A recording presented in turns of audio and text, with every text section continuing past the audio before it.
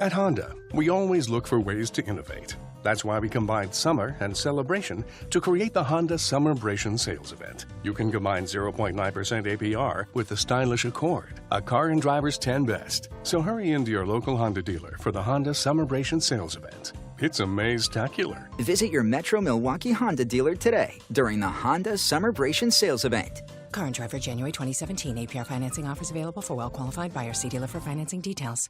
Blog Talk Radio. Well, here I am back on radio. I know some of you are not surprised by that, right? Because I say that like 3 times a year that I'm going to stop doing radio. And here I am, and I have to tell you that one of the reasons why I go back to radio is because of the show that I'm having today and many other reasons. So many people are so very kind in their regard of my work and the things that I do and my interviews and my writing.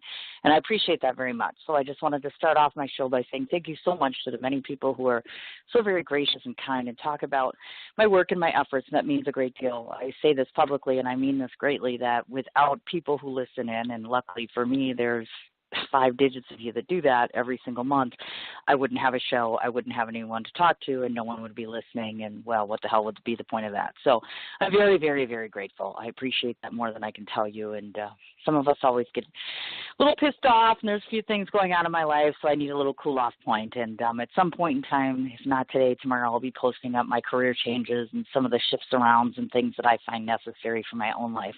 So again, and I say this, but I probably don't say it enough, thank you so much to everybody who supports me, who listens, who backs me, who puts up with me, who tolerates my bullshit, so to speak. Oh, God, I'm a bad radio host. I'm swearing a lot today.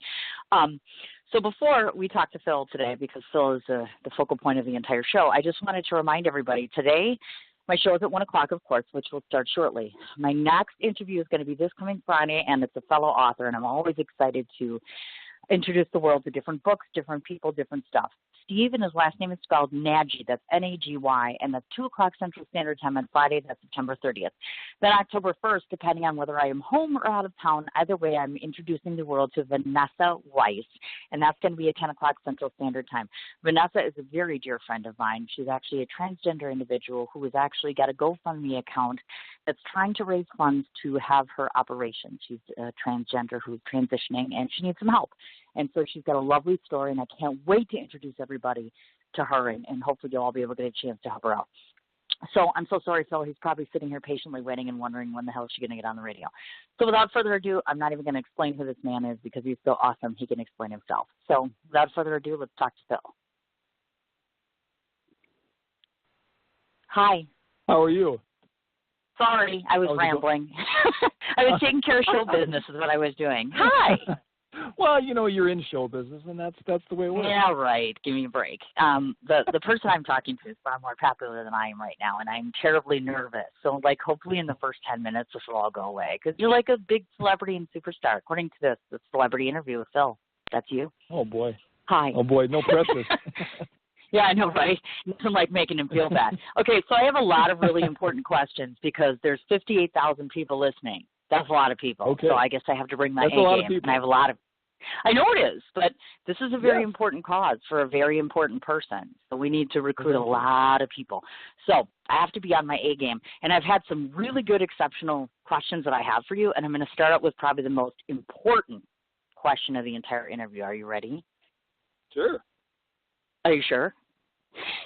And Maybe. I know this, folks. This question comes exactly from your Facebook page, because when I research people, I creep on their pages. So I was creeping on your page.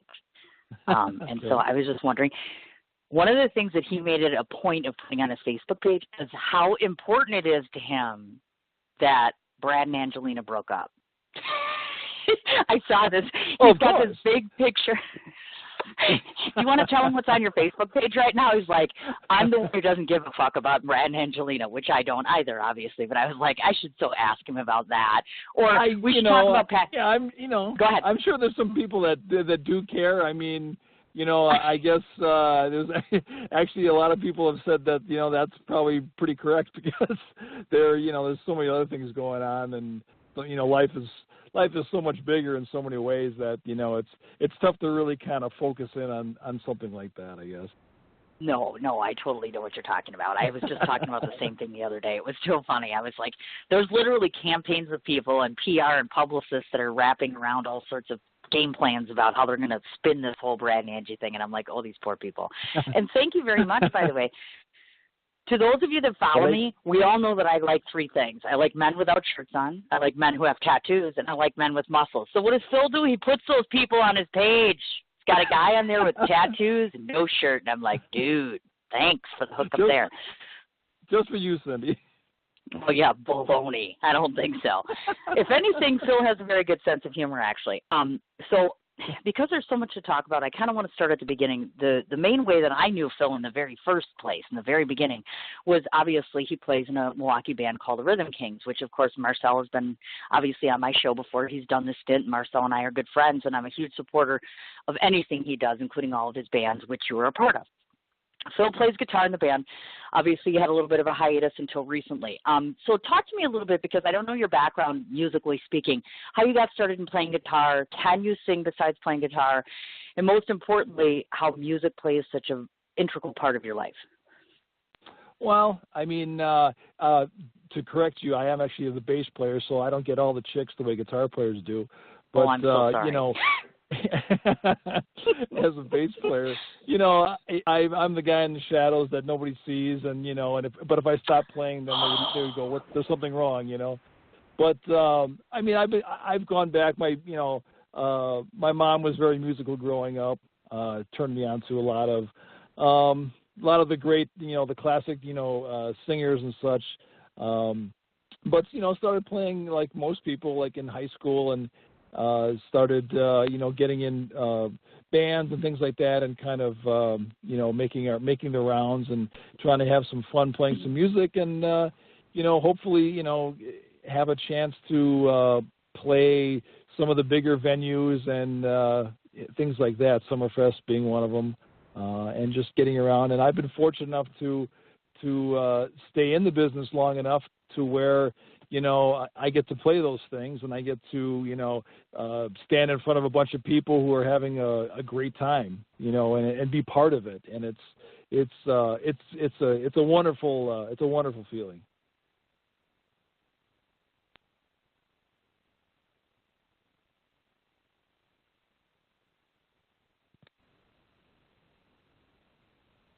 Did I miss you there? I'm sorry. Did I lose you? I'm Hi. sorry. I thought I lost you. That scared me half to death. So, I'm sorry. Okay. We're both here. So, because I'm like anyway, talking to you, that's... and I'm like, what happened to him? Where did he go? Okay, now that we're back. But yeah, like I say, it's been. Go ahead. Mm-hmm. No, go ahead. I was talking about the Rhythm Kings. Yeah, like I say, it's been a lot of fun being able to play music, you know, with Marcel and the rest of the guys in the band, and it's been a real joy, you know, being part of, you know, people's musical experience, and you know, people, you know, enjoying music and getting out and enjoying the everything about it. So it's been a wonderful time, you know, doing that. I gotcha. Now, because I know the band, obviously, and I know the quality and the competency, and I know you guys play all over the place, we have to do some major pimping of the band, because I'm all about self-promotion on the show, because it's my name on the show, so I can talk about whatever I want. So tell everybody in the entire world that's listening right now, whether they come to Wisconsin or they live here, why should they come and see the Rhythm Kings? Why? Besides the fact you're in the band and Marcel's awesome. And the Rhythm Kings are a fun band. I mean, the Rhythm Kings are all about, you know, they're about, you know, getting people included into what's going on the stage. You know, there's a lot of bands that play a lot of great music, and they're bands that I follow and I love to listen to. But the Rhythm Kings are different in the sense that, you know, it's not a lot of fun to us when we play in front of a crowd that's gonna just kind of stand there and not interact with us. We love people singing along. We love people interacting as much as possible with the band, and I think that's kind of the main thing of the band. Explanation. And if we wanted to go see the Rhythm Kings in the near future, we would go where and when? Right now, let's see. There's we do a lot of private things. weddings and Right. such.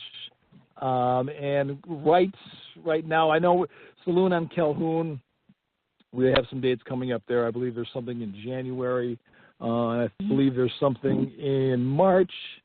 And that's probably one of the best venues, one of the best musical venues in town, period, to go and see live music. But, yeah, we're not there until around that time, I'd say.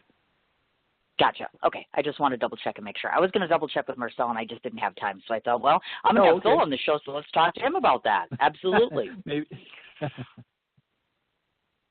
Well, I expect you to know everything because you're perfect in my head. See, there's just some people that are just perfect. So, what can I say? I know. We're all friends.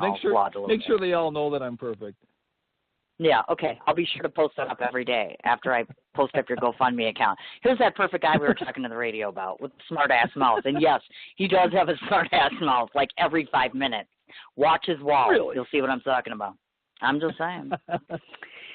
Okay, on to the next thing because, again, as good of a journalist as I am, there are just some things I can't find out. Obviously, I see that you attended Nathan Hale High School, and I know some of the old employers that you've been with. So talk to me a little bit about your educational background, meaning did you proceed on to college? What was your original goal? I mean, obviously, I know you used to work for Berry Plastics. You've talked about that before. But just kind of give everybody a sense of where you've come from and educationally speaking, what you had originally wanted to be and in terms of occupationally. Yeah, I mean, basically, I went to did a little bit of college out here in Waukesha at Carroll College. Not very much though, but I think the goal from the beginning was to play music. And coming from a blue collar background in West Dallas, from where my dad came from, that really was kind of a crazy idea.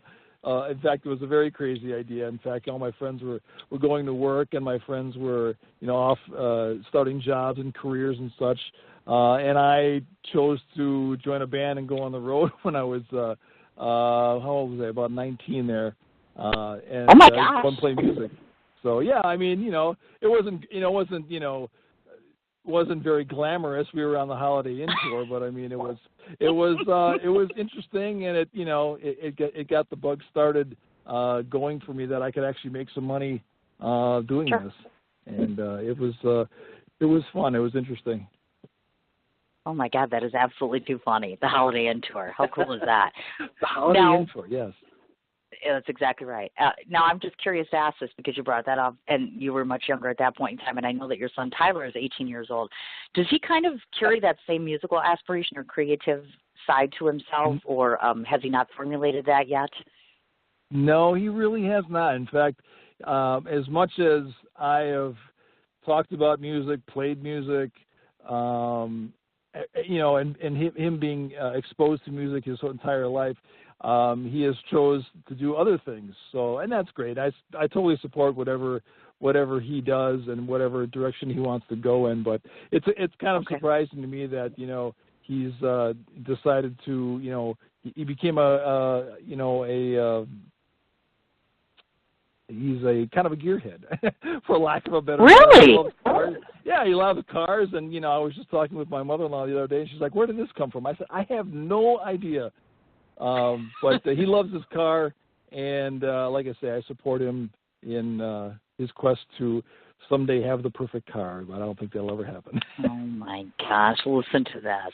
Does he know, have you taught him how to play bass, or is he musically inclined at all? Yeah, I've tried a couple of times. We've gone over some things. He had a friend who was also aspiring to play some music, and so I mean, he looked, he kind of gave it a little try there and stuff like that. But you can kind of tell when the light goes off and they, somebody's really, really, really interested in, and you can tell when somebody isn't, So, and like I say, it wasn't his thing. I mean, I think he still has great taste in music, which that can always be a disaster when somebody starts down the path of music and they can go in all kinds of crazy directions. But sure. I mean, I taught him all the classics, so he knows the difference between Led Zeppelin, those types of things. No, I totally get it. I understand completely. And from what I see here, and I can't believe I did not know this, but apparently for the last 2 years you've been living life as a vegan. Is that correct? A temporary vegan. I knew it. I'm weak. You know, my sister has been a vegetarian for a number of years, and she's tried to encourage me, you know, to live the lifestyle. And you know, in this state, it's tough when they're throwing sausage in your face and there's, you know, giant steaks and hamburgers. It's a tough place to pull it off. I mean, but I've had my moments. I've gone my spells, and you know, it's like a guy trying to quit smoking. Sometimes it's futile. So. No, and I totally get what you're talking about. And folks, just so you know, because obviously to know me is to love me, and not everyone loves me, and I get defriended for this a lot. And I'm going to talk about this on actual radio, even though I don't want to. It would appear that Phil's a Packer fan. Yay, joy, wonderful, great. He's a football fan. That kind of sucks. Okay, so let's talk about this a minute, because you're a football fan. Okay. I'm not going to hold it. I won't hold it against you that you're a Packer fan. It's okay. I think I can handle it. A lot of you people are out there, and you live in a delusional land where you think they're cool, and that's fine. But this is what I want to talk to you about, actually, because I have and I think I even posted this up. I'm having the guy come on from the concussion movie, the real life concussion guy, the scientist that discovered the whole concussion/brain CTE thing. Now, he's been making some very bold statements lately about and two things that come to mind, and I'm just curious because you seem to be a pretty diehard fan, so you'd be honest with me about this. Two things he brings to mind. First of all is he claims that there is absolutely no piece of equipment out there, period, or can there be one that will fully protect the human brain. Whether it's an adult, whether it's a child, they're going to swish their head around like a jellyfish, basically, and that's a huge issue. Second of all, in the last studies that they had, 87 out of 90 football players will develop CTE. And CTE, of course, affects you. You know, it's almost like similar to Alzheimer's. And you can't really discover it until a person or a player dies. So I'm just curious. I know obviously most football fans watch the game because they have a love of the sport. But, when you hear something like that, does that ever make you worry about these people, or you wonder, why are they doing this? Do you know what I mean? Yeah, it's a little crazy, but I mean, it's tough to explain why somebody would go to those lengths to play football. I mean, I love football, like you said. I love to watch it. I'm a pretty diehard Packer fan. But when you see things like that of what can happen to you after the game is over, it really makes you question what goes through somebody's mind when they make those choices. But football's been around for a number of years, and there's been the information that we're getting now is hasn't always been there. So it's a slow process, and we're now only getting to see what some of the effects are. Sure, definitely. And it is scary, and obviously as a mother to two boys, I have an older son and I also have my two younger boys. It is scary, it's difficult. You want your children to go out and have a good time and play, but it's like, there are studies out there saying that a kid under 18, your brain's not developed, you play, hard on football, you're kind of playing with danger, so to speak. It makes a mom a little nervous. Right. I think us moms are just nervous about all that stuff. You know what I'm saying? It's one of those things. Well, I know. But that's okay. That's what moms do. Well, thank you very much. I appreciate that. If you're really nice to me, I may get you a little sign something from Gilbert Brown. Would that make you all happy since you're all Packer-ish? Of course, I love Gilbert. The Gravedigger, I love him. Do you really? Seriously? Well, then maybe we should just not get you something. Maybe we should just have you meet him. How about that? Have you met him? I have actually met him. Well, then never mind. Okay, well, I mean, I still like the guy. The guy's still, he's still the Gravedigger, from the years with Brett Favre and the Super Bowl. And I'll stop gushing now, and all that. Oh, that's nice. You have a man crush, kind of. Not really. It's actually kind of gross, actually. No, I just talked to him the other day. Actually, I texted him, and it's weird because you guys are all funny. You're like, oh my God, she was texting Gilbert Brown. And I'm all like, what's the big deal? It's Gilbert Brown. You know what I mean? I'm kind of like over that. I'm like, oh, okay, it's just a football player to me. But I totally get that whole whatever you want to call it. So the only other question I have relative to football, because I don't waste more than 4 minutes on that stuff, is this. I want you to explain this to me. This is one of the reasons why I got a problem with these Packer people, okay? Do none of you see that? Okay, people are wearing cheese on their head. Does that not look stupid to anyone else but me? Because I'm like, you wear cheese on your head, some of you people. I don't understand that. What's happening with that? Actually, I mean, it was funny years ago because I think Green Bay was one of the first teams that started doing that. But now, actually, if you look around the NFL, there's other teams out there that are moving in that trend. There was another one I saw one recently. I can't forget which team it was, but it's strange, but strange. What can you say? pretty hard to defend, I mean the oddity of it. It's a little weird. That's way more than a little weird, but okay, in your head, that's all right. I just want to be there. Hey, and congratulations! I heard you took like a half an inch closer to getting season ticket holder. Oh right? yeah, You're like only an like inch number closer. 60,000 right now. Yeah, well, and it's Thank only you. been 10 years or something. 10 years. That's Phil's going to be waiting and waiting and waiting and waiting and waiting. And you'll be back to perfect health by then. It'll be absolutely awesome. You'll be able to go to the Packer games. It'll be great. It'll be terrific. That would be okay. That would be a plan that I would love. There you go. And just so you know, Gilbert Brown, we love you, especially Phil apparently. And I don't need you to meet him because apparently he has now. So much for that little bribe I was going to give you. Thanks a lot. Okay, moving on to the next thing. Just so you folks know, and just so you know too, Phil, we're kind of going to the actual personal parts of him because I want you to obviously identify him as a human being and that there's all sorts of really cool things about him before we get to a little more serious things and reasons why we're here. So rumor has it you got a girlfriend, Amber. Yes, I do. 2013, they've been together 3 years. Yeah, he's kind of like almost, I don't know if I want to say this word, married, because look, they just got a new dog named Cooper. Just got a dog the other day named Cooper. Got the girlfriend living there. What are we missing? I don't know, Phil. What are we missing there? I can't think of it. I don't know. I really left can't hand. Think of it. Left hand. Left hand. Something missing on that finger, I'm betting. No. Yeah. 5 fingers. I don't know. I think the next natural step might be, I don't know, say it with me. I think that marriage, maybe? I don't know. I've heard that word maybe somewhere before. So I know I'm not going to ask that question. I could, but I already know the answer somewhat. In any case, this is primarily what I want to ask about Amber. And I'll start off by telling the folks that don't know about Amber. I was very fortunate when I went to Milwaukee Hurley to meet her for the first time. And I'd like to believe I'm a good sense of character, and even more so, I'm a good heart reader. And what I can tell you about this woman in the first 10 minutes that I met her, without her saying much of anything, is that she has a perseverance and a passion for this man. And what I find most admirable about her is she loves him very purely and very deeply, and I don't even think that she sees that he has a heart issue whatsoever. She sees him completely for who he is, and I have to tell you how admirable that is, and I have to also tell you folks that she is moving heaven and earth 24/7 to make sure that this man has everything he needs. So from me to you, Amber, which I've already told her, but I will tell my listening audience, I'm very proud to call her my friend and very proud to know her. I'm very blessed, and I feel very fortunate. But since you are her partner, this is my question to you.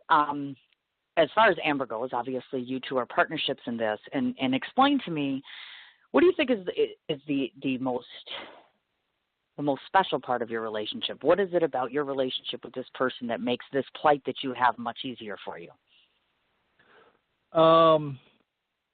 Well, her diligence and her outlook has been amazing. I mean, I try to keep looking forward, and there are moments where that can be kind of hard to do. And what she does is she has shown me early on during this the heart pump issue when they first put that in. It was a struggle to kind of keep things moving it forward and keeping my life together from a hospital bed. And she did so many amazing things that I never thought at the time, two people who are dating were capable of. And that's exactly where we were at the time. We were we were dating, obviously, for a couple of years at that point, but there was never any talk of marriage or anything like along those lines, moving in together, any of that.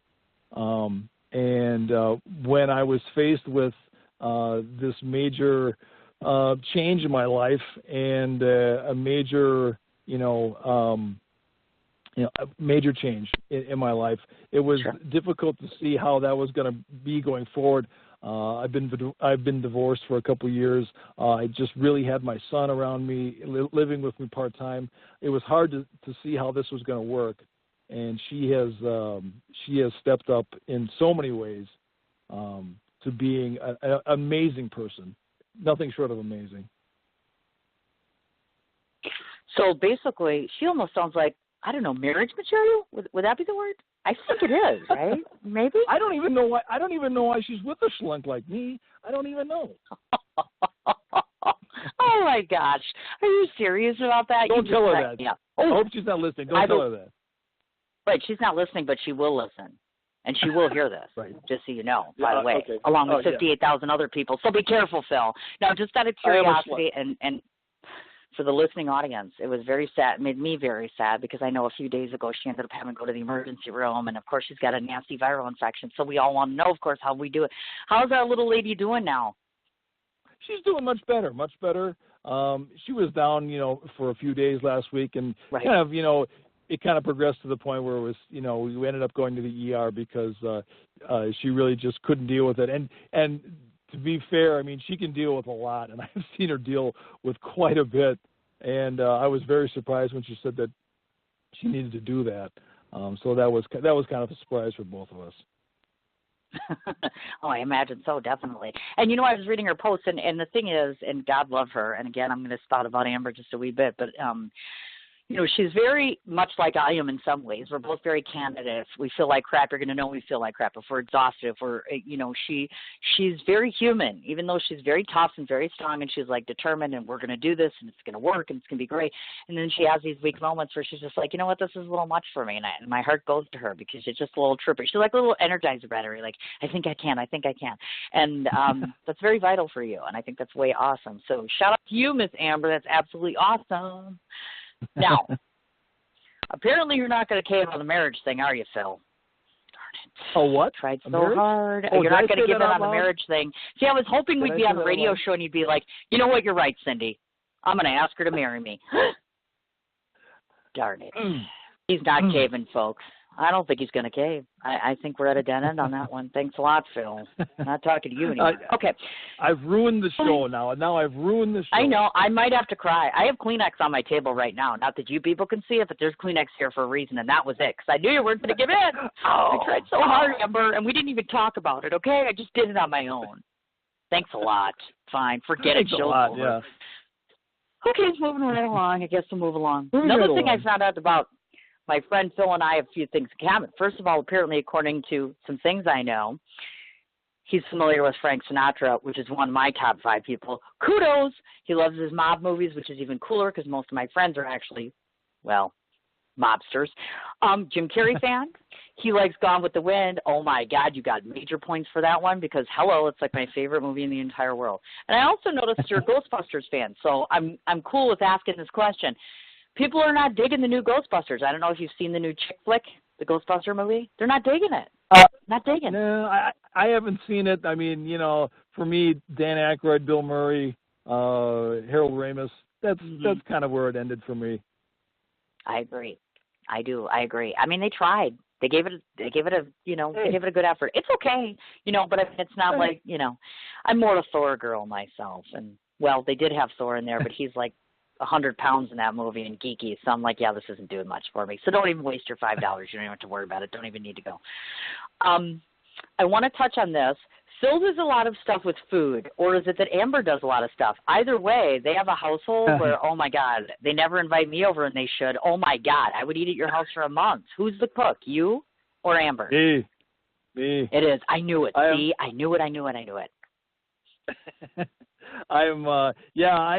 don't know how this happened, but I mean, I shouldn't say that. I do kind of know how it happened. Being on salt restriction, being on a water restriction due to my health condition. Right. You know, it's you have to avoid a lot of things, and if you're going to eat anything decent, you have to kind of make it yourself, and that's kind of where that started. And now it's been a few years of doing this, and next thing you know, I'm like, you know, I want to make my own pasta, you know. I'm doing, you know, things like that, you know. Want to make my own ravioli. I need to make, you know, some marinara sauce from scratch. I mean, there's, you know, way too much salt out of a can or out of a jar. So that's kind of where it started. Now, just out of curiosity, and yes, I suppose I ought to let the cat out of the bag to those that are listening in that haven't figured it out, in case you haven't looked on my wall or otherwise. Obviously, of course, Phil is a heart patient who is actually currently on a transplant list to get a heart. And so one of the modifications he's had to do in his life, obviously, is to change his diet. So I'm curious to ask you, because you do all that cooking, and I don't know this from a perspective of a patient like yourself. Would it be more beneficial for you to do like vegan, gluten, soy, things like that? Is that helpful to you? Is that something you utilize as a heart patient? You know, I talked to my doctors about that to see if that was really an option that would benefit me, and they were kind of, you know, they kind of poo-pooed it. They said, well, you know, really the more important thing is the salt and the fluid that you're taking in, because those are things that are weighing on my heart a little, you know, making my heart, you know, work harder than it needs to. Sure. So as far as, you know, the vegan thing, yeah, I don't know. They said, you know, protein's fine. You know, I mean, that's not the kind of thing that they thought I should avoid. So I stuck with it. Understandable. Limited, cut it way back, obviously, but you know, it's still there. Right. And part of the problem is Phil lives in Waukesha, which is, of course, like I could just go and knock on their door to eat over there, but then I'd get lost because I don't know where the hell I am in Waukesha half the time, which is half the city of Milwaukee, apparently, because none of us know anything.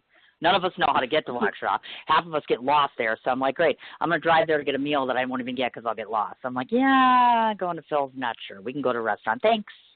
But the food sure looks damn good. You should check his page out, man. He's got food on there all the time. It's enough to drive me nuts. And since I gave him truffles, maybe he could send me a little something. Apparently, word on the street is I proposed to Phil on accident. I was unaware of that one. Send him home with some truffles, and he finds my ring. And I'm like, oh, my God, how embarrassing is that?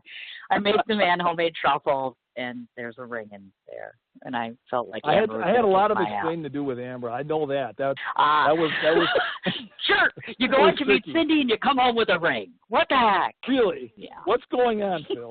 Yes. Well, thank God he didn't choke on the ring, and you like the truffles. Right. And you could have chocolate, right?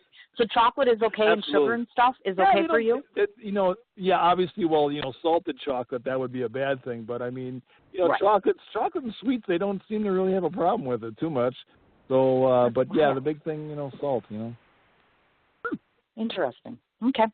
Now, before we begin to talk about this very serious subject that we have, because we're having way too much fun right now, I know that you have, obviously, your mother, who's in her 90s, and, of course, your older sister.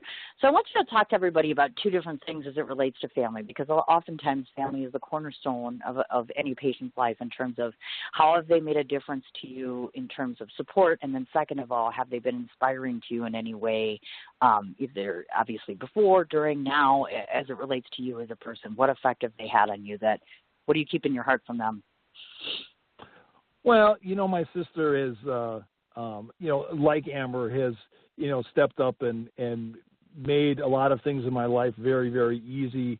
My sister actually is the one who takes care of my mom, and she all of a sudden has to take on, you know, her brother in a you know, a tough situation too. So, I mean, she is, you know, been amazing, you know, to me and to my situation.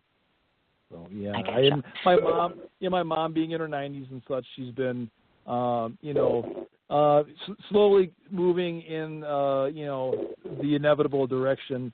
But she is just a wonderful person that understands that's, you know, fully understanding where my situation, and she has been very supportive and very, you know, in my corner during all of this. Oh my goodness gracious. And that brings to mind something that I wanted to ask because most of you don't have the benefit of knowing him. I just want you to talk about this because you've mentioned this before, how overwhelming it is, or has it gotten easier for you to respond to the fact that so many people that either don't know you or are first meeting you or literal strangers step up to help you? It's incredibly humbling, and I've made some jokes on my Facebook page about people posting things. The GoFundMe page that Amber put out there, and she didn't even warn me that she was putting it up there. And I happened to be, going through the grocery store, and I just happened to look over there, and next thing you know, I'm like, I'm tearing up, and I'm standing in the middle of a grocery store. And this has happened more than once now, too.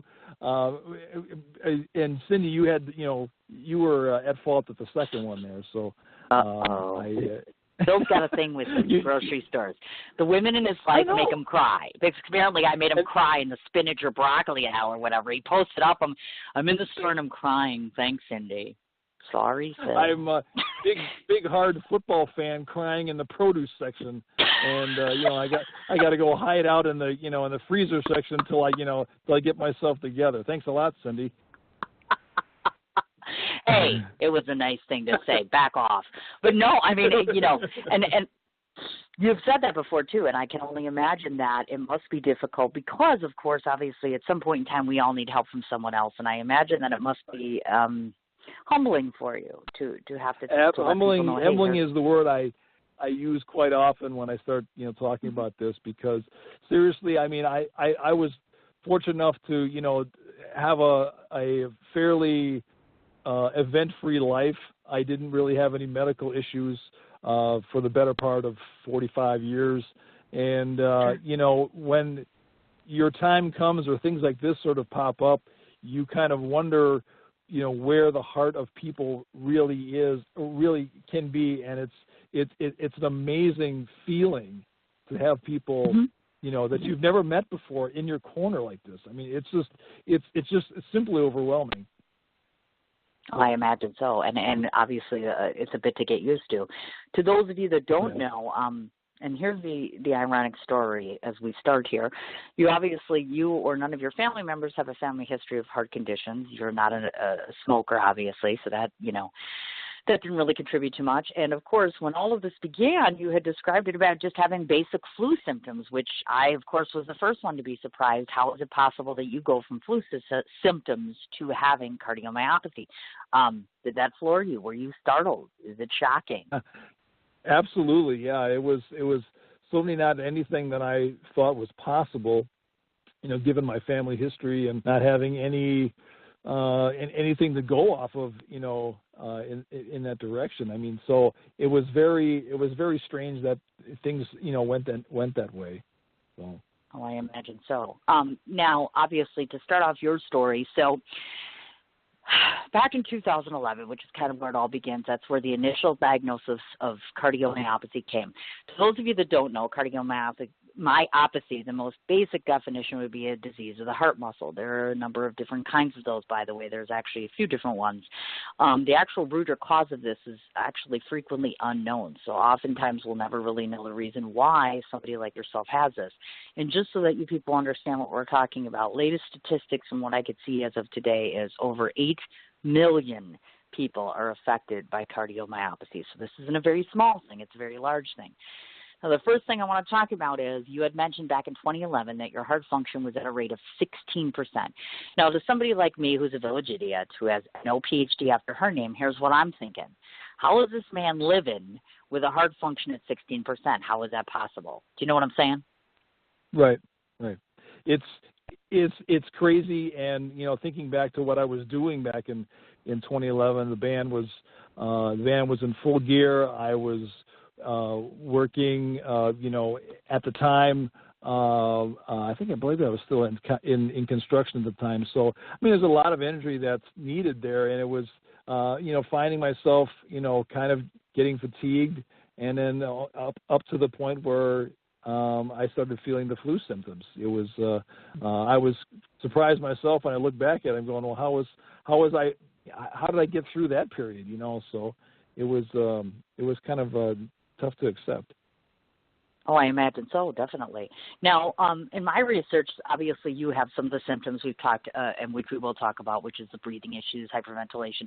It's stated that you can have swelling of the feet, the legs, the abdomen, chest pain, things like this. So for lack of a better term, how common of a cardiomyopathy patient are you? Meaning, are you experiencing the bulk of what most patients do? Some of them, there's a lot of concern about the swelling of the ankles and feet.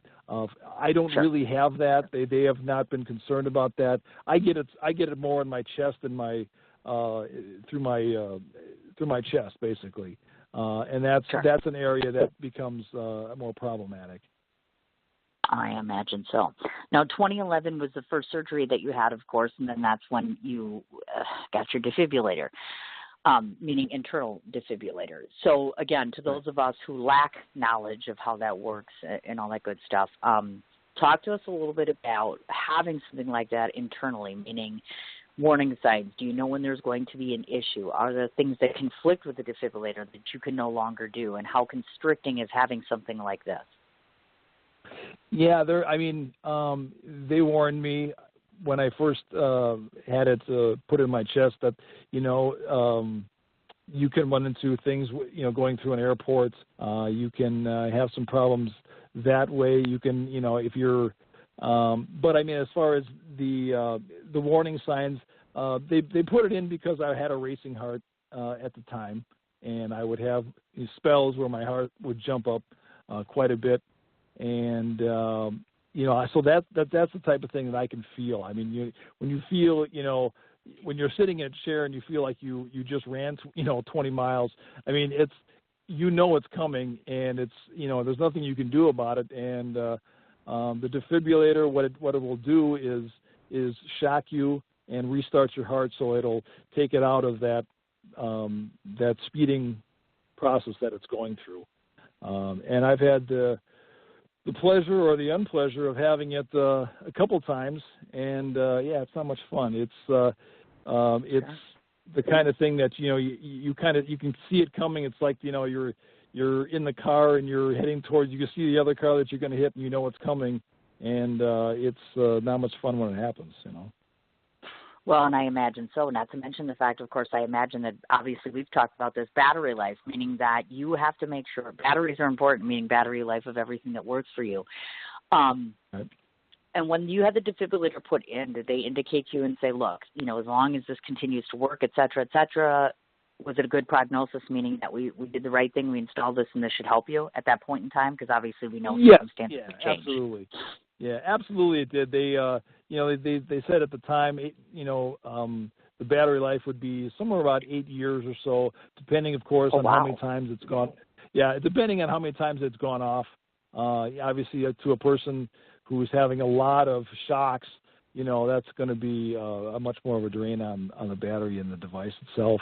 So, but like I say, fortunately, I've had about 3 episodes that I can recall since I've had it in. And so it's been, but it's as far as I'm not looking to have a battery change anytime real soon. That's a good thing. We like to hear something like that. That's awesome. And then, of course, again, the people around you, how cognizant do they need to be of the function of this defibrillator? What can they do to help you? Does everybody need to be in the loop on everything that goes on with you and the machinery, for lack of a better term, to keep you up and functioning well? Right. The defibrillator is one portion of what I've got.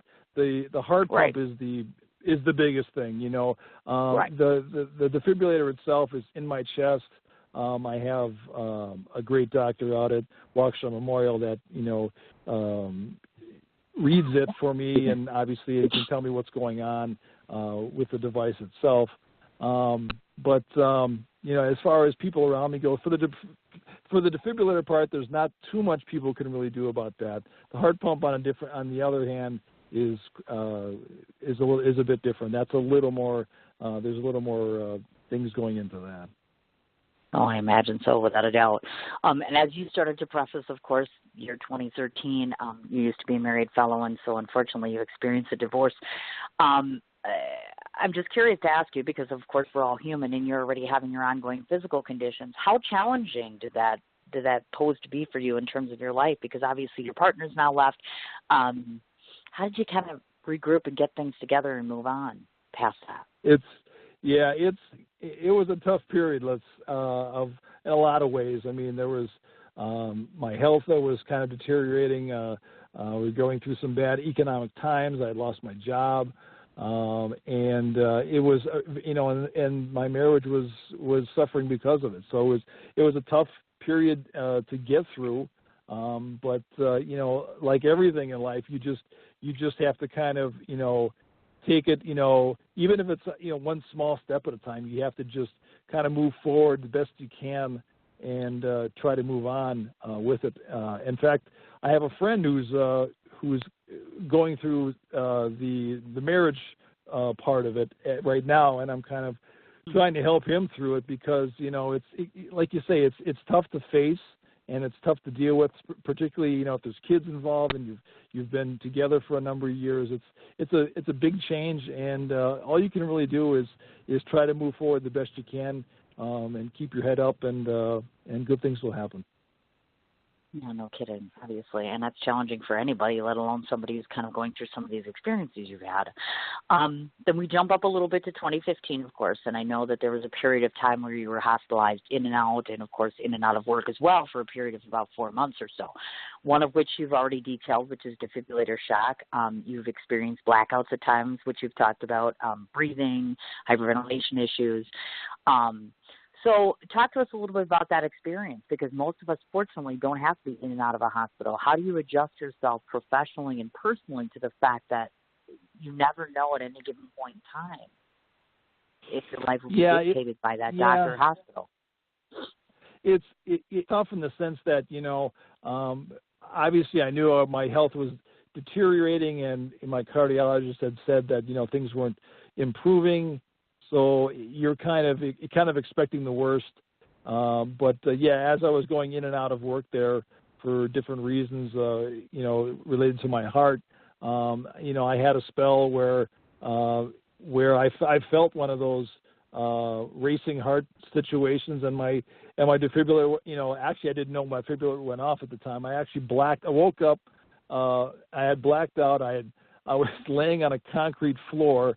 And I woke up, and only to find out, days later from my doctor that that was a very bad episode. My defibrillator had gone off, and it was the kind of thing that probably without a defibrillator, that probably would have been it, because my heart was somewhere in the 250, 260 range, which was obviously not very good. Right. So it's challenging in the sense that you have to, just live each day as best you can, and live life to the fullest, because you just don't know what's around the corner, and that's the best advice I can give to anybody. Amen to that one, that's for sure. Now, just because, again, a lot of us are just uneducated as it relates to this sort of disorder, is that the norm for most patients, are you told, or maybe you don't know, in terms of in and out of the hospital, having this symptom, having this symptom, wondering about this, wondering about that? Is that the norm, or has it just been that's your course? I can't speak for everybody. I don't know if that's the normal course, but for myself, it seemed sort of inevitable that, I know there are people that have been diagnosed with cardiomyopathy, and their hearts have improved. So so I would say that mine is typical, I guess, but it's hard to really say what some of the other folks are going through. I gotcha. And I know this stands to reason, and I'm sure I know the answer, but nonetheless, I think it's important for people to hear this from the patient himself. Like you were just talking about, this could have been the end of all of it. How often does that affect you? How often do you look in the mirror and think to myself, oh my God, I could have been dead yesterday? How surreal is that? How do you cope with that in the absence of being in a support group 24/7? Because I think most of us would be like, I can't deal with this. Yeah, it goes back to just, you have to live your life. There's no two other ways about it. You have to move forward. Obviously, in my case, there's not too many options there. There's I could just leave it alone and let, my body just take its course, or I could, move forward in a way that, doctors are suggesting and are very confident in. And it's amazing to have that option, to move forward with a heart pump and, and not have to, and have really just some hope that, you won't have to, one day just not wake up, so it's very, very positive to have those options. Oh, I agree, 100%. At the end of 2015, of course, was when you received the news, of course, that the doctor felt that you should be put on a transplant list, or that you needed to have a transplant. So explain to us a little bit how you went from where you were with a defibrillator to getting to a point where you needed the transplant. Okay. Well, at the beginning of the year, I had been in the hospital out at Waukesha Memorial, and they had taken me in for some breathing problems that I was having there. I had a little stint there. I was fortunate enough to get released long enough to, and at the time I felt that I could play a show, as crazy as that sounds, but I was able to play my birthday show at Sloan on Calhoun with the guys in the band, and that kind of made me feel a little more like we were kind of moving in I felt better about it, but to find out that, like 2 weeks after that, I ended up back in the hospital, and that's when it really got nasty. And they said, well, okay, there's no time in waiting here, because at the beginning of the year they had said that, okay, sometime this year, the next several months, we should, really look into getting on the heart transplant list and getting and looking into what St. Luke's has to offer. And so when I ended up in the hospital at the beginning of March, after my stint out, it was so bad that they ended up transferring me down to St. Luke's, and I went through all the protocol to get a heart pump as a bridge to transplant, as a bridge to a transplant, to a heart transplant. Now, the heart pump itself, correct me if I'm mistaken, so in the absence of that, your heart would be performing at about a 12% rate, is that right? Minus the pump? That's correct. Okay, correct. Just to make sure of that, so people get an actual percentage sense of, okay, this is why this is so vital and important. Now, obviously, the defibrillator and the heart pump have two different purposes, yes? Yes. Okay, so one does what and the other does what? Oh, well, the defibrillator it monitors my heart rate. It also paces my heart, and where if my heart were to jump up into the mid 200s and do something crazy like that, it would shock the heart and bring it back to a normal rate. The pump itself, what the pump is basically doing is assisting the heart that I have right now and improving its functionality and improving the heart, the blood flow. So I understand that. And of course, just as you have the defibrillator, with the heart pump, I presume that there are warning signs or things that you have to look for to make sure that things are functioning, or how do you know when Phil's in trouble and needs to go to a hospital? Well, obviously, anytime the defibrillator goes off, I'm going to be talking to my doctor. But sure. Like I say, since I've had the heart pump in since March, things have been rather quiet on that end. I haven't had defibrillator going off. The heart pump has been amazing in the sense that it's actually stabilized me to the point where I can try to resume somewhat of a normal life, and that's been amazing. Well, I imagine. And there is nothing normal about Phil, I get the sense, just so you people know, because I know he's talking about the normal life thing. Yeah, I don't think that's going to happen because he's a little out there somewhere. But that's a good thing. We like that about you. I wanted to mention that some of the things that are recommended for people like yourself, meaning they talk to people about what sorts of treatments and lifestyle changes. So obviously medications, a healthy diet, lots of any excessive weight, and of course avoiding alcohol and drugs, as well as reducing your stress level. I assume that you've had to implement a lot of those things into your daily living, and how successful have those been? Yeah, pretty good. I mean, a lot of it goes back to Amber. I mean, I was used to running my house, pretty much by myself, cutting the grass, doing all the chores, keeping, the house in order, while I was living alone. And Amber has stepped up, amazingly and filled a lot of the voids and kept the house together when I was not able to do much of anything. Even to this day, there are some things that I will avoid just because I really don't want to find myself passed out on my lawn, and I'm sure my neighbors don't want that either. So, I mean, there's been a lot of help in that sense that have helped me along. Things that I don't have to do. Right, of course. And now, at the present time, of course, you've been unemployed since March. And so my question about that is, most of us obviously are usually complaining and saying, oh, my God, I got to go to work today and all of this and this and this. Do you find yourself missing that routine or missing that part of yourself, so to speak, now that you're not doing that any longer? Absolutely. Yeah. You have to feel a purpose in life to move forward. And that's been probably one of the hardest things, is trying to, find something that you can look forward to, something you can focus on, something you can hang your hat on that you've done or you accomplished. Sure. That's probably one of the hardest things in recovery is pretty much just, trying to lay down and trying to, get your body into a place where, you're okay and you can live and you're comfortable. But yeah, it's tough to wake up in the morning and, not have a purpose there, without some sort of work or a job or something or a career. No, we totally get that, obviously. And then, of course, 2 months later, in May of 2016, that's when you were officially put onto the transplant list. Now, I want to talk a little bit about the transplant aspect of things. Interesting fact that you may or may not know, and Phil probably may know this already, but I just did some current studies as of today to try to make it as current as possible. And I was reading the statistic, which I thought was awesome.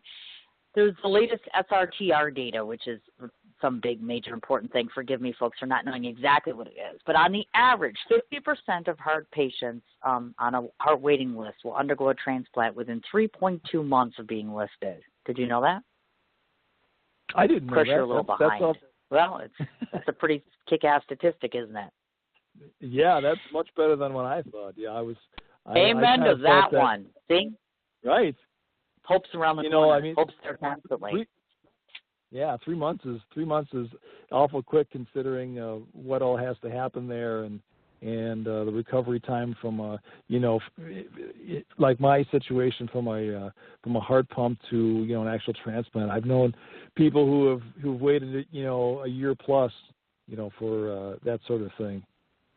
Oh, I imagine so, definitely. And obviously we've talked about this, and the sad part being, and as I know most people know, the man that I'm talking to on the other end of the phone, I don't think he's aware of this, but his heart is quite pure and quite perfect all on its very own, whether it's physically working or not. But the concept of another human being's life ending so that another's can continue on is quite sad. I'm not quite sure what the other word for that is. And I'm wondering, and I couldn't remember if we talked about this, if you've had the benefit, or do they allow you the benefit of talking to people who've gone through transplant, or have you known anybody who's gone through this process that's talked about all of this? Are you kind of prepared, are you mindset-wise prepared for something like this when the time comes?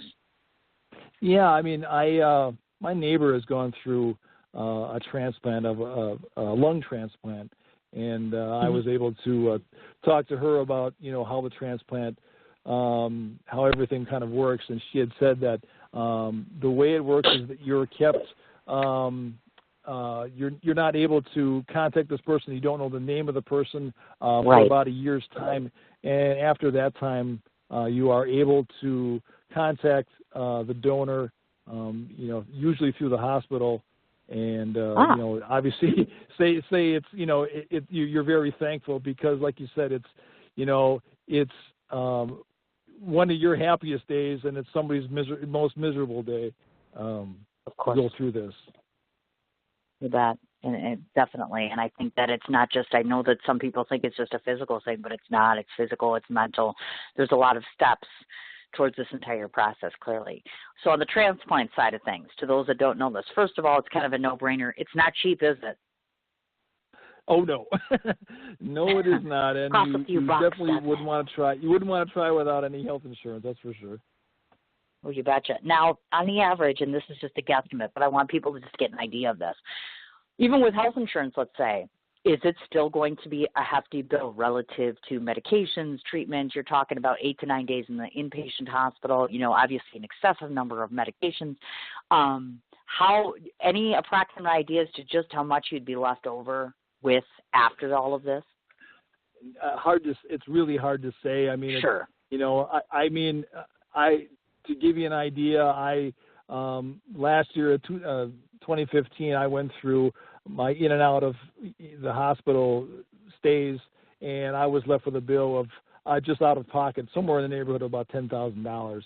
So that was for that, and my understanding of the whole heart transplant procedure, it can run somewhere in the neighborhood of about $800,000-900,000. And you're still looking at, potentially a fair amount of money to be left with. The medical bills sure. That you're going to be left with can be substantial. But as far as a number, I don't really have a number for you. No, that's perfectly okay, obviously. As I understand it, there's two different terms that we use when we spoke about the transplant, which is status 7.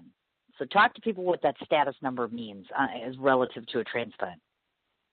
Well, when you're added to the transplant list, status 7 would be, obviously they rank you different ways on the list. There's a 1A, there's a 1B. Then there's a status 7, which means that you are on the list, but for various reasons, like you've traveled 4 hours or you're on vacation, you're somewhere away from your transplant hospital, you can be put on status 7. Or if you were to not have any health insurance, you could be left, kind of in a limbo there, so to speak. Just kind of waiting to get things back in order where you could move forward in a transplant. Sure, I understand. And obviously, like you mentioned, you told me that too as well. So one of your guidelines basically that you must adhere to is you must be 4 hours away from a hospital at any time, correct? No matter what. That's correct. Yep. Okay, absolutely gotcha. Correct. Yeah. Wow. How are you ever going to go see those, what do they call those people, green and gold pools? Oh, wait, did I say that? Aren't they like more than 4 hours away? No. See, Cindy, it's about 2.5. I know. Maybe 3. So yeah, that's well within the range. Yeah, great, wonderful, lovely. Okay, so he's got to be 4 hours away from the hospital, obviously. As you've indicated to me, Phil has a number of colleagues, like a group of cardiologists that he works with, and of course, the same surgeon. And I guess talk a little bit about that part, meaning that you're entrusting your life with another human being, and I suspect that you need to be really confident in that surgeon that you've picked out. It seems to me as though you have somebody that you feel very confident with, that you entrust with you, and I think that that's a focal point of this, isn't it? Because it's not just about getting the right heart, it's also about getting the right care and the right treatment. Yeah, absolutely. I mean, I had a friend who has gone through the heart transplant process, and when it came time for me to look at a place to go, my doctor said I could go to Madison or I could go to St. Sure. Luke's. And I spoke to my friend who had been through the St. Luke's process, and he said it's absolutely amazing. And having been through it or been in it now for about 6 months, it's absolutely amazing. They're amazing what they do. You can tell that they've been doing this for a number of years. The surgeons, the doctors, the nurses, the engineers, all the people that work down there are phenomenal. Phenomenal. They have such an energy for it as well too. It's they treat every patient like you're the only one, and Sure. they just want absolutely the best for you. I gotcha. Now, we can only talk about the things that we know for sure, obviously. And one of the things that I am aware of is for heart transplant patients, clearly, once you spend those 8 or 9 days in the hospital and you have that in there, there's close monitoring, I'm guessing, because you could have a rejection or organ failure, or there's a chance of infection. Any number of things, yeah. Well, right, and I guess a lot of times, often, my guess is, and based upon the research I've done, usually for a person like you're saying, the transplant is the logical thing, meaning that they put the new heart in, that eliminates a lot of the problems.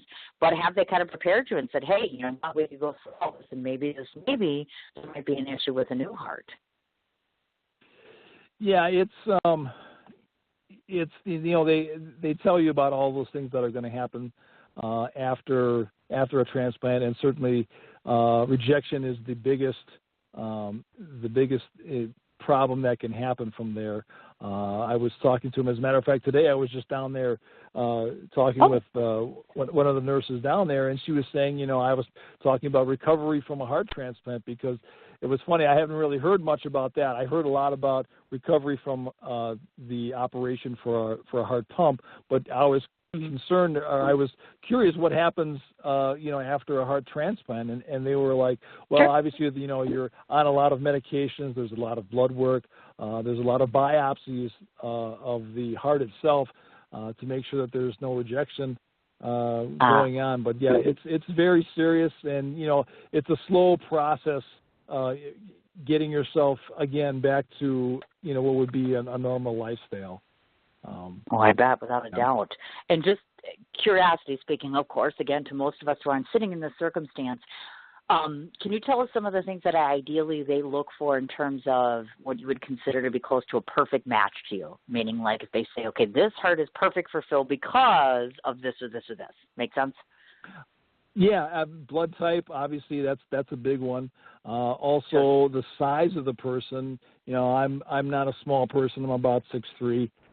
So I mean, there is some size issues there as far as having a heart strong enough to pump blood to somebody of my size, and that goes for an infant or anybody. That's certainly something that needs to be looked at very closely. Oh, I imagine so. Sure. Now, I know that some of the overall changes you've talked to me about is, first of all, your amount of sleep has increased, meaning that you're sleeping more often. We've talked already about not too much salt, not too many fluids. Obviously, it's affected you from the standpoint of work and playing, etc. What do you find to be the most intrusive change you've had in your life since this whole thing started? Well, certainly the fatigue thing has been quite a big one. I mean, you kind of feel that you're able to do something, and you find out that your body is telling you that you certainly can't. And I have certainly hit the wall a couple times after my release for my heart pump, thinking that I was able to do things. And again, it goes back to a grocery store. It's amazing. I don't know what it is about grocery stores, but I was released from the hospital after my heart pump, and foolish me, I thought, well, I'll be able to walk around a grocery store for 45 minutes or whatever it is, only to find out that was one of the dumbest ideas I think I've ever had. And that poor Amber had to take me over to a bench so I could regain my breath, and that was quite a dumb idea. So, I mean, sometimes you feel that you have things all together and you really, really don't. And your body will tell you immediately, that was a dumb decision to do. And you have to listen to your body very closely and really know what it's telling you. Yeah, you're not kidding. You need to stay the hell out of grocery stores is what I think needs to happen. I don't know like what a it month is or something. It's freaking me out. Yeah. It's you in that grocery store. Maybe you'll get allergic to the Packers. Did I just say that? Oh, sorry. Slip that in.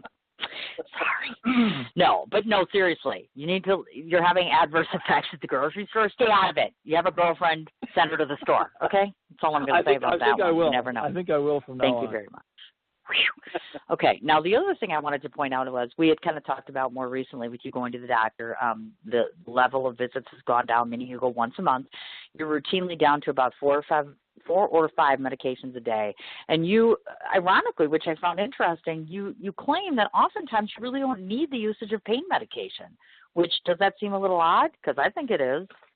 Yeah, it's kind of odd to me. It's kind of odd to the people at the hospital too. I mean, they bring it up and they've said I should take it on as needed, and fortunately I haven't needed it like that. I mean, I was in some discomfort coming out of the hospital, and during the recovery period, there was some situations where I was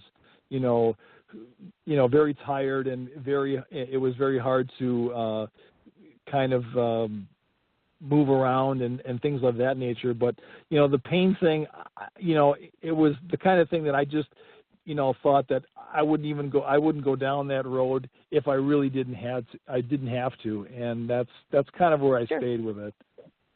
Gotcha. And that's good, actually. And like I said, not that I'm complaining or anything, but it just seems odd because you think about the heart and you think about all the things you're going through. And logically, it just seems like you're going to be uncomfortable often, or you're going to have little to be able to control that. So kudos. I mean, that's awesome. That's wonderful news, clearly. One of the things that you said to me when I was talking to you was, and this is really cool, folks, he's got 3 main motivators, music being one of them, his family and friends being another one, and then moving forward, obviously, onto his life. So let's say we go a year from now in a perfect world. Now that you have all these motivators surrounded by you, where do you want to be a year from now? What is most important to you at a point in time, let's say between now and then? Obviously, the heart's a foregone conclusion, but where do you want to be in your life, and what do you want to see happen? Well, I would certainly love to get back to some normalcy, get out and play music the way I always loved playing music for the last 30 years. Being able to come and go, see my friends, maybe, actually get to take a trip and do some things outside of the 4-hour range that I'm limited to right now. But, I would say, some of the simpler things like that, just happiness, just, being able to get out and enjoy, my life, playing music, hanging out with my friends, just enjoying people's company. Having a wedding. Oh, did I just say that? Did I come out of my mouth? A wedding? Oh, like maybe planning wedding? I think our connection's bad. I didn't hear that one. Yeah. You're killing me. Okay. Yeah, moving right along because you're not cooperating with me very well. Darn you. Okay, which brings us to what you had originally talked about a little bit earlier in the course of the interview, which is, of course, the GoFundMe page. Obviously, she, as in Amber, has put together this lovely GoFundMe page, and basically on there, folks, to those of you that haven't seen me and Amber and everybody else that's sharing, it basically kind of lays out some of the groundwork for what we've talked about here on the interview, which is your entire experience from start to finish in terms of you being sick. Originally, I know the amount was much lower than it was now. We had a conversation. As it stands right now, you're a little under $2,600, and your goal being $12,000 total. Now, I know she started this in September of 2016. Now, can you tell us a little bit about how long exactly does the campaign go on? And second of all, and moreover, because only you can speak to this, are we doing enough if we get you to the $12,000 mark? Are you going to need more? I mean, what's going to make life a lot more comfortable for someone like yourself or other patients out there that are really struggling with unexpected expenses? Right. Yeah. I mean, the big thing is with the health insurance and moving forward, that can get obviously kind of pricey. I'm sure, as a lot of people know. Sure. That's one of the things that everyone has to be concerned about. The GoFundMe page she started, we had thought about starting it and also doing a fundraiser of some sort. We were kind of tentatively talking about doing something at Sloan and Calhoun. There's a date of November 20th, which is the Sunday before Thanksgiving, I believe. It's not set in stone yet, but that's the date that we're looking at. I'd like to, have some of my musical friends come down and play a little music and enjoy ourselves and, try to move forward that way. With raising money and such. Without a doubt, definitely. Is there a cutoff on the GoFundMe that we should be aware of? Like we can donate from this point to this point, and then it's completely done, or is it perhaps that you'll do it from this point to this point, then do another one? Do you have a game plan relative to that?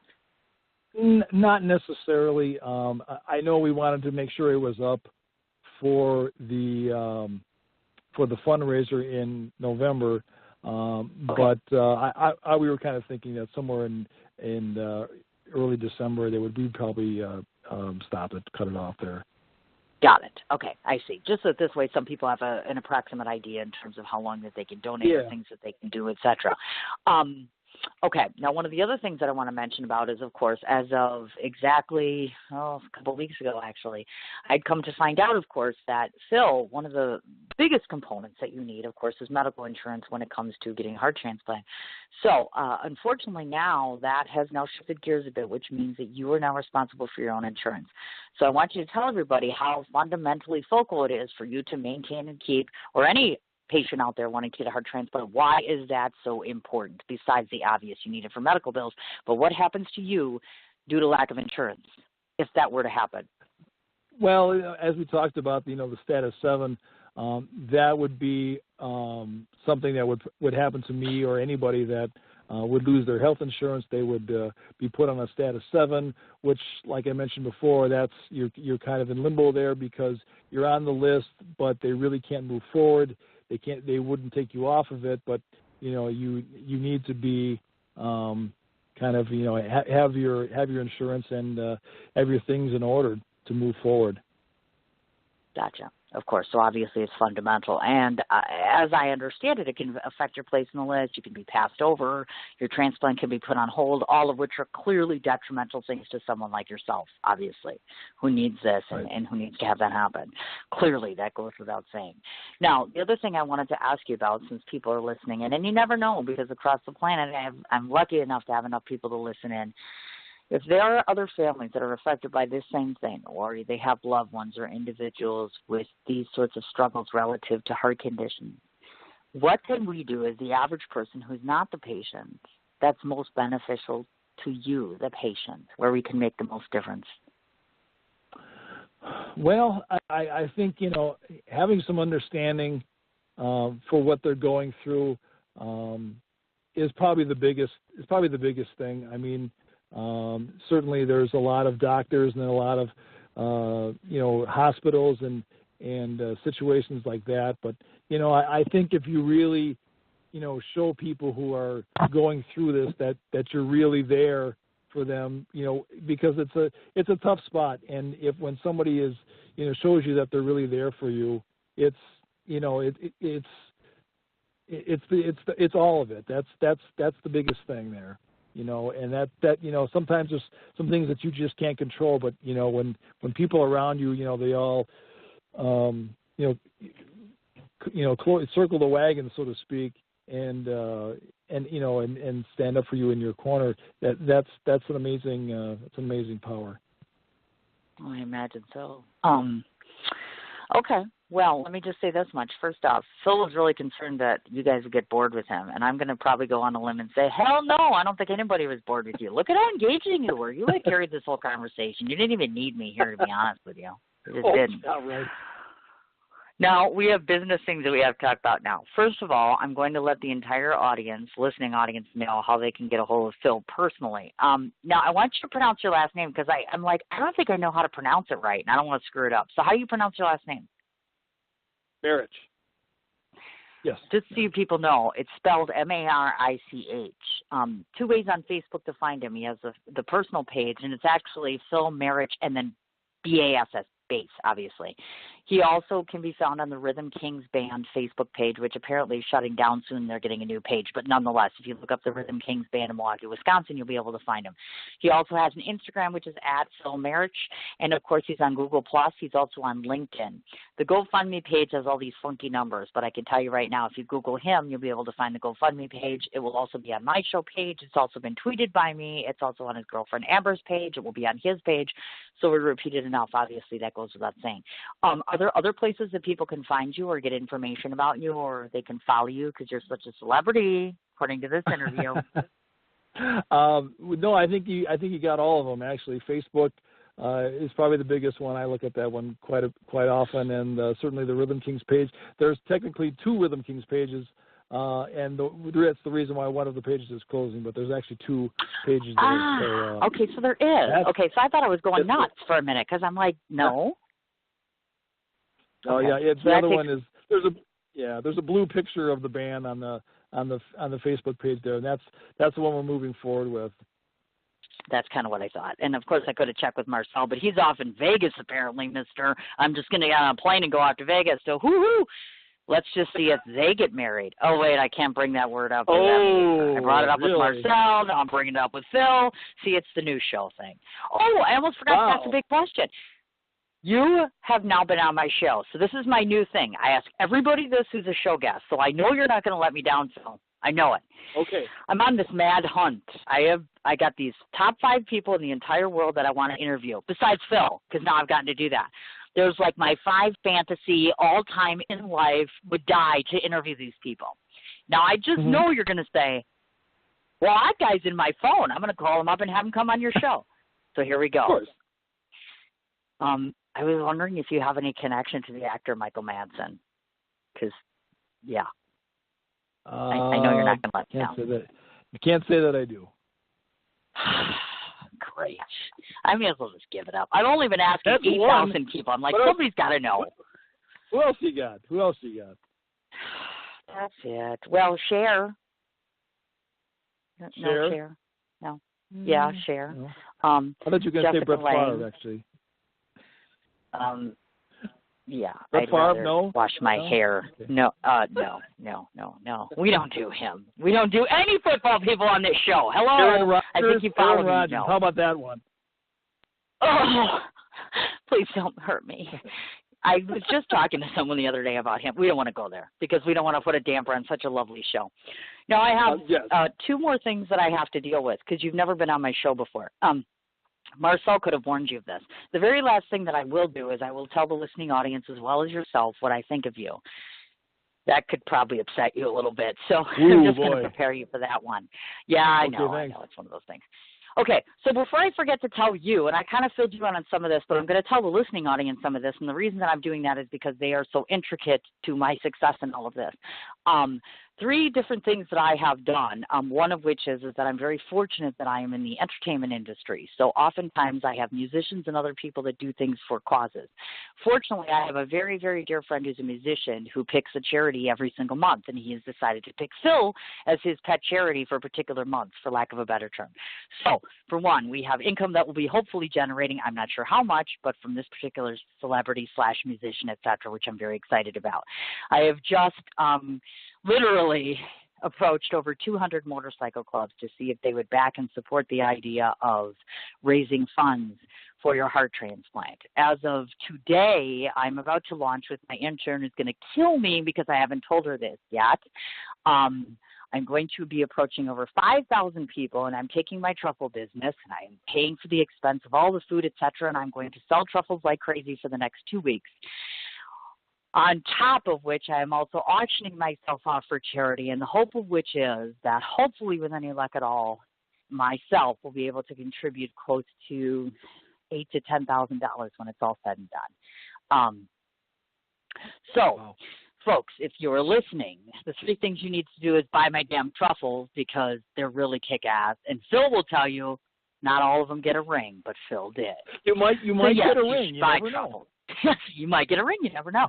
So that's an absolutely awesome thing. Second of all, to anybody that is listening in, and I have made a point of saying this on my Facebook page, I don't care if you can't donate $5.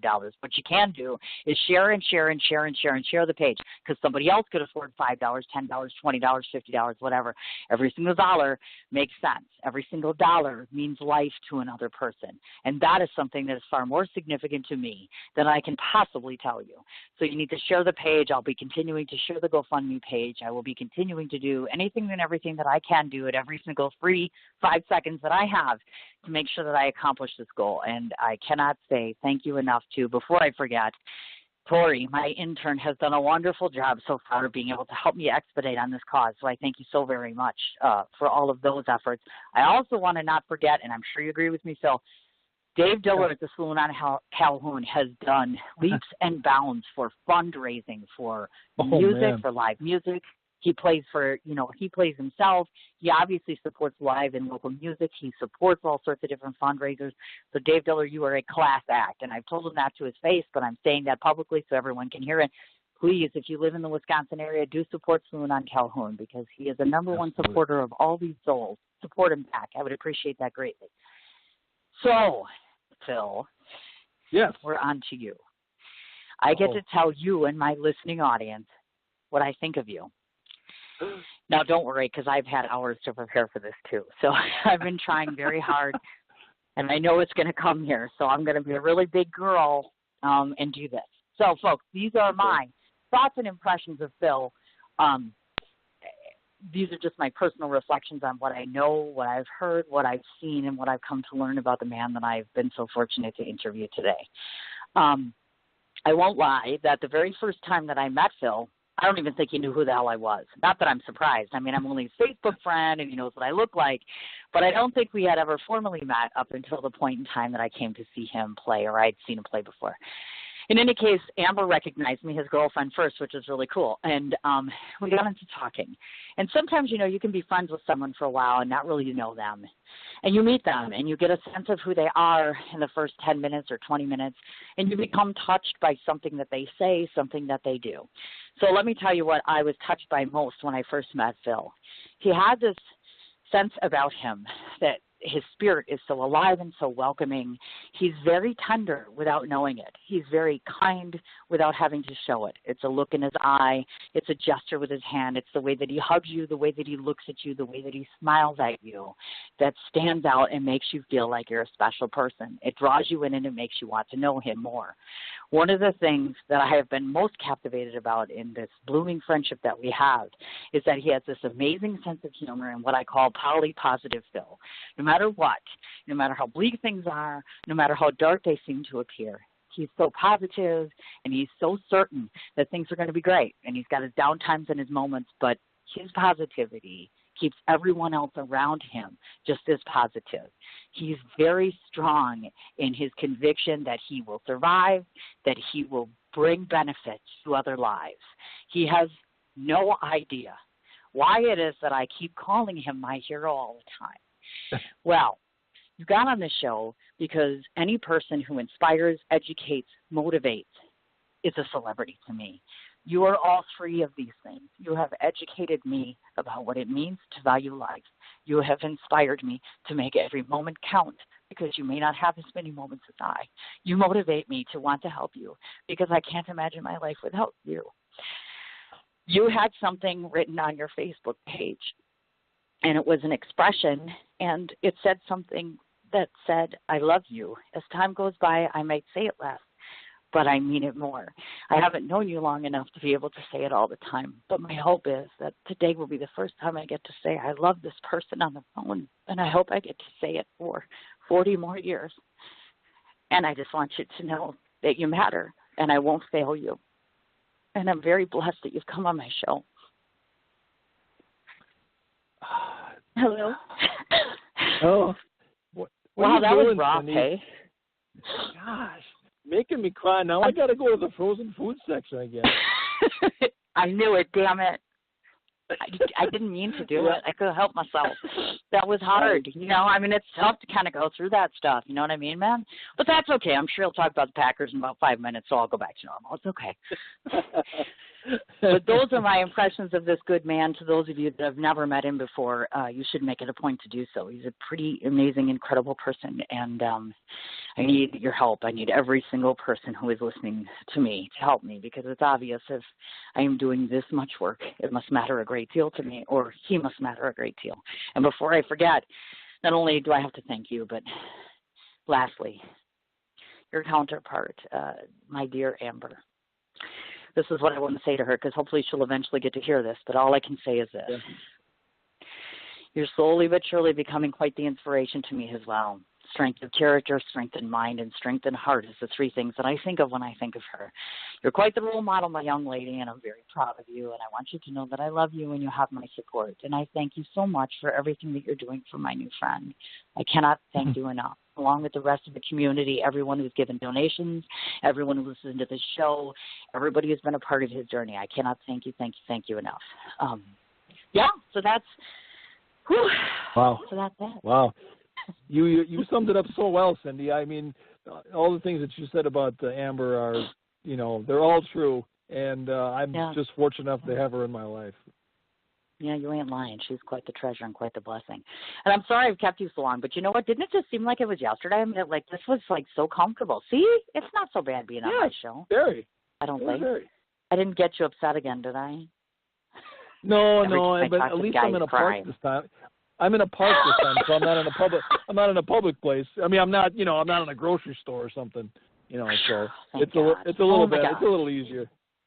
Absolutely wonderful. My gosh. All right. Well, I'm going to let you go do your thing because I have to go eat with my lovely, beautiful children very shortly. But I cannot thank you enough for taking this time.